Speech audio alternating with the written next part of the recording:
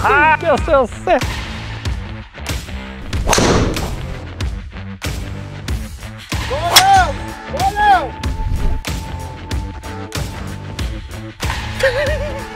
Jag kan inte...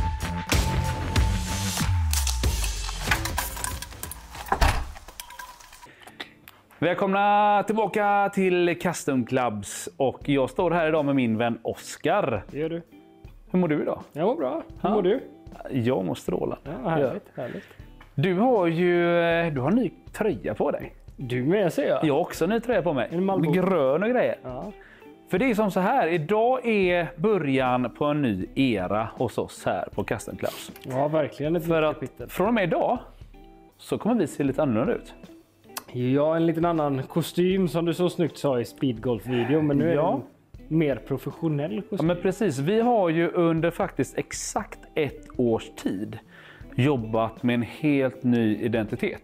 Ja. Både det grafiska, visuella, men också internt. Hur vi vill jobba mot er som kunder, hur vi vill uppfattas och allt sånt där. Och idag den 3 februari så är det launch på detta. Ja, vår hemsida blir ju riktigt ball. Ja, så har ni inte varit inne på hemsidan så kika in där. Vi ser också lite ny grafik här, lite namnskyltar som kommer upp här till exempel. Vi har en ny logga där uppe. Och även på bröstet har vi en ny logga. Precis, så att idag är det lite premiär Ja, för den nya eran av Custom Clubs. Custom Clubs 2.0 eller 3.0 eller vi har många punkter att jobba med. ja, Så att välkomna till den här episoden. ja. Oskar, Ja, vad ska vi hitta på här idag på denna fantastiska premiärdag? men jag tänker så här. Vi ska ta en tripp härifrån. Vi ska till Japan en stund. Till Japan? Ja, och så ska vi... Det finns ju två märken som nu har släppt två stycken väldigt fina järnserier här nu på vårkanten här.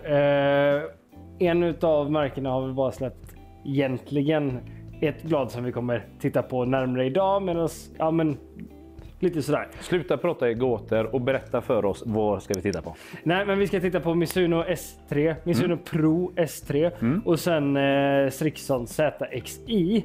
Vi kommer bara titta på 7an idag och det är likadant. Vi har ju fått GPX-varianten från Mizuno innan också. Mizuno Pro S3 är ju egentligen GPX Tour fast de har valt att byta och gå över till Pro-modellen, och det tror jag har att göra mycket med att man vill stärka Pro-varianten helt enkelt. Att Ja, men hela serien, komplettera exakt. serien. Det har funnits ett litet glapp där för vi hade 241an, 243an, 245an Japp. och mellan 43 och 45an så fanns det ett litet glapp. Eller har funnits. jag skulle nästan vilja påstå att det nästan är glapp mellan 241 och 243. För Ja, det- 243 är väldigt het för många i den genren. Om vi tänker Titleist till exempel så är Mizuno 243 kanske mer åt T150 än vad det är en T100. Så här kommer våra förlåtande blad som inte skjuter till extra längd. Sådär. Och vi kommer ju få reda på det för vi kommer ju testa lite grejer här idag. Ja. Så att vi ska egentligen klämma och känna på Mizuno S3 och Srixon ZI7 framförallt. Jämföra dem lite mot varandra för det är två stycken, vad ska vi kalla kategorin, Players Iron kanske? Ja, men ett järn som vi säljer ganska mycket av och många kunder frågar Så efter. är det. Och vi har haft mycket fittings på det redan. Ja. Har sålt bra på det också. Vi märker att vi får jättefina resultat. Japp. Jag har inte slagit dem förut. Jag vet att du har stått och smålekt Nej, jag har lite lekt som lite du alltid gör. Det är ditt jobb att leka med golfklubbor. Men om du kort och gott tar en 30 sekunders pitch på Ja. vardera modell och bara förklara för dem som sitter och tittar, vad är det för klubbor vi har framför oss? Ja, men om vi börjar med Mizuno då, som byter då till Mizuno Pro som vi pratade om. Här har vi en klubba som man har gjort väldigt slimmad. Det är väldigt fin topplinje på dem, väldigt smal topplinje om man tittar uppifrån. Sen har vi även den här lilla chipslipningen på den. Chips? Ja, precis, det gillar ju du. Jag gillar chips. Nej, men den här lilla chipslipningen påminner väl kanske lite om det japanska, lite mjuraktigt, lite åt det hållet som gör att man får bättre turf interaction till exempel. Sen har vi även under den här kromade beläggningen en liten kopparbeläggning som ska göra klubban ännu mjukare än vad Mizuno redan har varit ja. tidigare. Sen får vi återstå och se vad slitaget blir på dem. För jag kommer ihåg de här gamla Callaway wedgarna som hade kopparbeläggning under. De blev ju väldigt, väldigt snygga när de blev slitna. Ja, precis. Jag hoppas lite att det blir samma sak här. Men om vi tittar på Srixon. Det var långa 30 sekunder. Vi går på Srixon. Srixon, ja men mått och mycket samma klubba som tidigare. Bara att man har utökat känslan ännu mer. Den är ännu mjukare. Känns nästan som jag har slagit den här lite grann att bollen klistrar sig fast på träffytan och sen kommer iväg med god fart. Liksom. Det känns som att bollen nästan smälter ihop med bladet på den. Ja. Det är väl en bra förklaring till det. Det är en ganska bra säljpitch ändå. Ja, men jag gillar tänker om man är ute efter en smörig, god känsla. Och det är det verkligen här. Ja. Sen har vi den här V-sulan som har varit tidigare. Sen bra att veta när man tittar på de här järnen. Tidigare har vi sålt extremt mycket kombo ZX7 och ZX5. Så de har faktiskt gjort i den här ZXi7 nu då, så är topplinjen lite mer lik 5an och 5an är mer lik 7an så att de smälter bra ihop. Ja, men om jag förstod det rätt på dem så har de egentligen gjort att 7an och 5an i vid adressering ser exakt likadan ut. Det gör de. De har liksom mötts någonstans i mitten och så man kan köpa lite bredare sula, lite annan viktfördelning på CG och hit och dit på olika modeller och klubbor och nummer och allt sånt där. Exakt. Jag tror att vi kommer se extremt mycket komboset av den här. Det tror jag. Men ska vi slå lite? Vilken är du sugen på att börja med? Ja, men jag tänker att vi har förtaggat S3an så vi kan väl börja där. Då. Tänker jag. Den är lite mer matt finish än vad Srixon-klubban är. Varsågod. Okej, och skaften, är det samma skaft vi har i båda? Ja, vi fortsätter på Japan där. Vi kör Nippon Modus 120 stiff. Den ser ju väldigt rå ut, alltså i den här matta beläggningen. Måste jag ändå säga. Tänk då med en sån liten 5 kronor i koppar. Ja. Jag hoppas verkligen att det blir så. Vad ligger en sån här på i loft? I 7? Det står under till. Jag skulle vilja säga 34. Det står 34. Vad smart.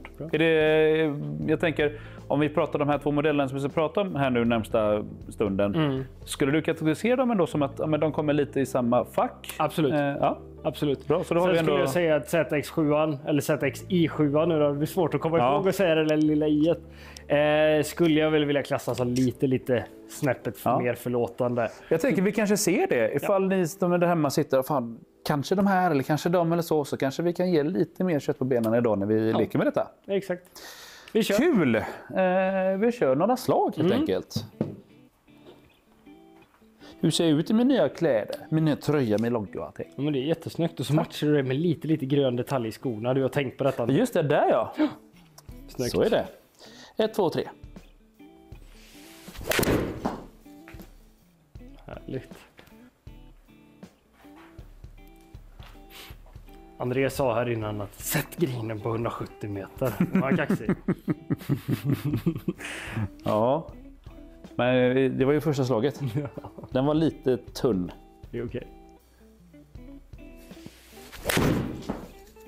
Jag skulle vilja höra från dig sen en take på, tycker vi att vilken känns mjukast? För båda de här två hävdar ju att de är väldigt, väldigt mjuka i bladet. Jag vet vad jag tycker. Ja, och jag har ju en inledande känsla direkt. Okej. Kan jag ju säga. Det är intressant när du inte har slagit den andra.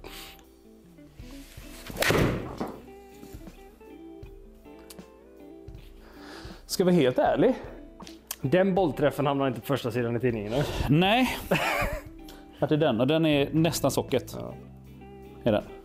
En ganska bra lie där. Ja.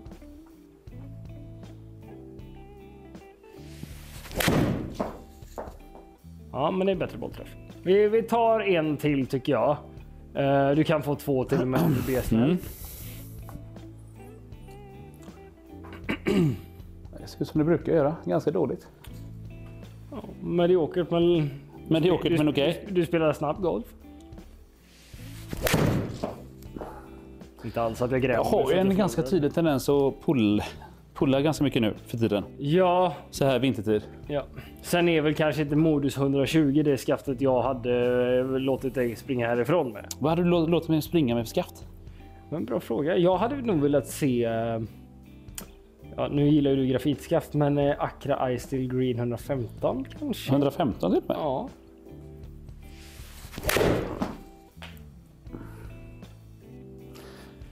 drar mycket vänster. Det har ju ingenting med klubban att göra egentligen. Nej, och sen ska man veta att när man kollar på livevinkel och sen säger vi så här, men jag har spelat Titleist i alla år, nu vill jag byta till den här Mizuno-klubban för den tycker jag är jättefin.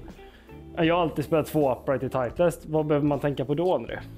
Att Mizuno har en mer flat lie-angle från början. Exakt, och den är 61,5 från start.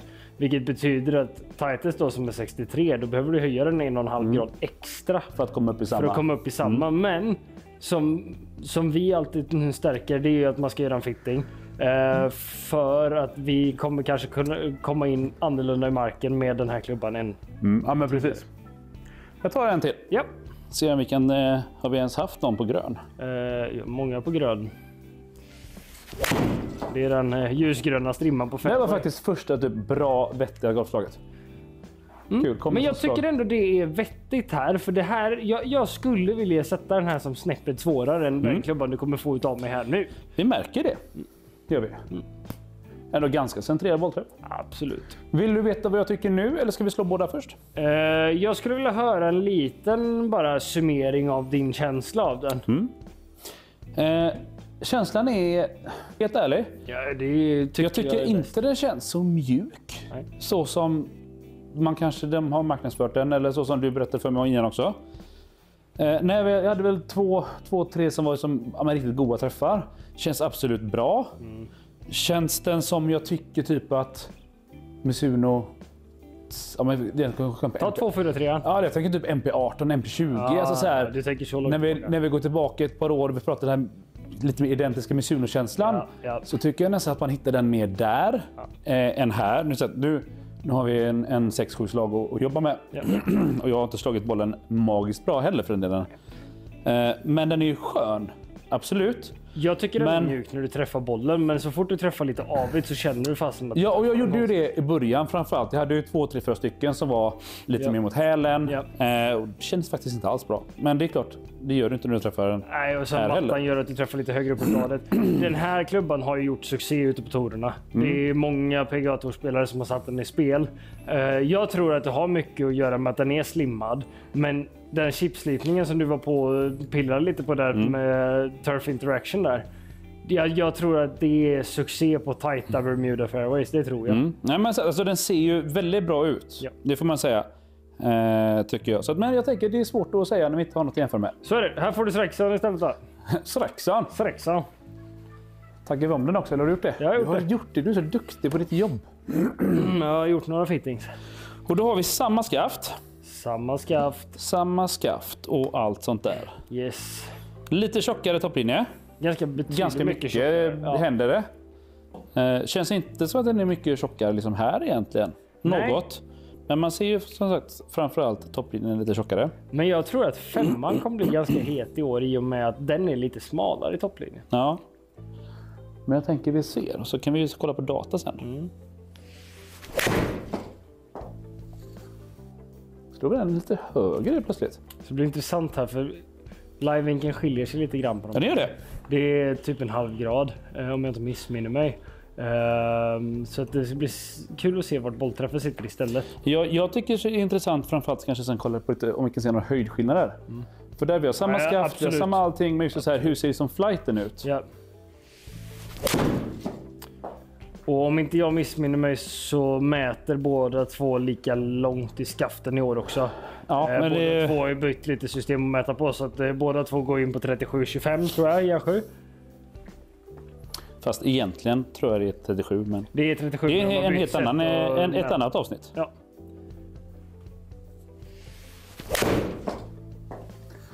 Varför, Oskar, slår jag Mizuno-klubban?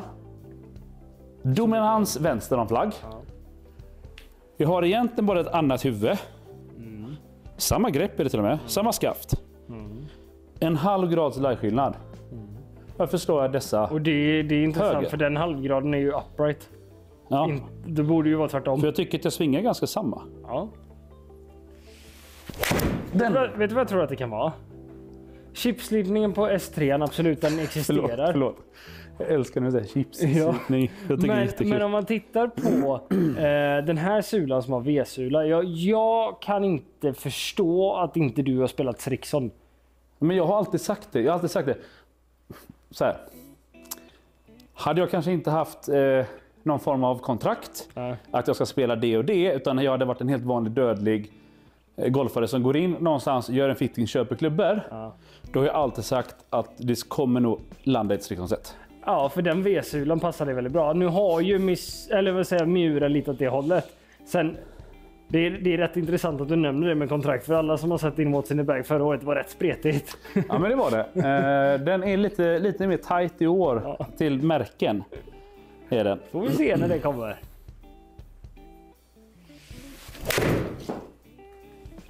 Härligt. Men alltså, dispersion på de här måste ju vara ruggig, eller? Ja, vi håller där. Du är för duktig helt enkelt. Vi ska jämföra lite.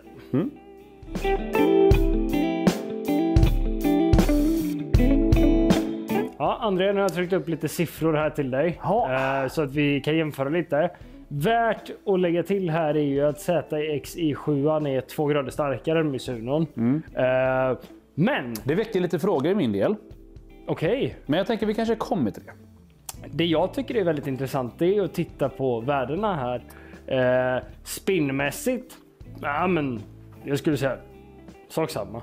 Alltså det är ju där jag ligger i regel. Ja, jag skulle inte säga att ni där hemma som tittar på detta och tänker fasen spinner de inte mer än 4000. Det är Andreas som inte kan slå bollen har inte tittat på mig förut när jag svingar och kollar på min data, så är det så det ser ut. Är jag över 5000 så är det riktigt bra. Sen spelar jag ju typ min järnsjua idag på 36 i loft. Jag har ju typ 2-3 weekfall med just för att kunna få upp spin. Men det som är intressant här, det är att ZXi7 som är enligt mig något mer förlåtande. Vi flyttar seget kanske lite längre ner i den. Det är därför vi också går ner på 32 grader istället för 34. Men vi har en launch som är högre än S3. Och det är likadant om man tittar på en person som spelar en bladklubba kontra en förlåtande cavity back till exempel, så kommer bladklubban att launcha lägre. Så har man problem med launch så är att man launchar för högt helt enkelt. En bladklubba är ganska bra. Har man lite svårt att få bollen i luften, ja då behöver vi någonting mer förlåtande helt enkelt. Men överlag, alltså du slår ju S3 sämre här. Men det jag vill toucha på är att den fyller ju sin funktion. Att tittar man på de här massa sämre slag, då ska man köra S3 menar du eller? Nej, men om vi tar mig till exempel som slår bollen extremt högt.